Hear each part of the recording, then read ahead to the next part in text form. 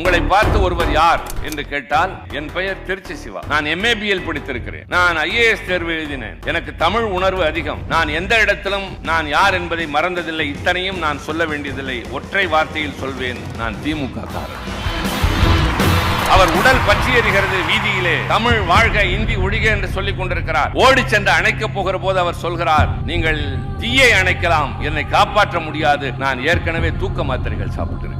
என்னை காப்பாற்றாதீர்கள், தமிழை காப்பாற்றுங்கள் என்று சொல்லிவிட்டு சென்றவர்கள்.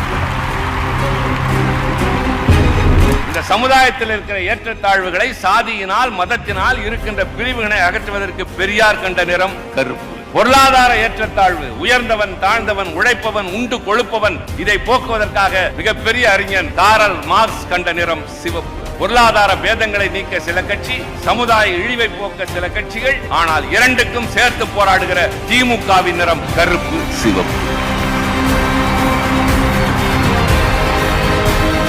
சாதியால் ஒடுக்கப்பட்டோம், ஒதுக்கப்பட்டோம், உரிமைகள் மறுக்கப்பட்டன. இதிலிருந்து எப்படி விடுபடுவது என்று தெரியாமல் தவித்த போதுதான் இந்த இயக்கம், இதன் தலைவர்கள், இந்த கொடி, இதன் கொள்கைகள் நம்மை வந்து காப்பாற்றின என்றால் நாளைக்கு அதை கட்டி காப்பாற்ற வேண்டியவர்கள் தான் இங்கே இருக்கிறார்.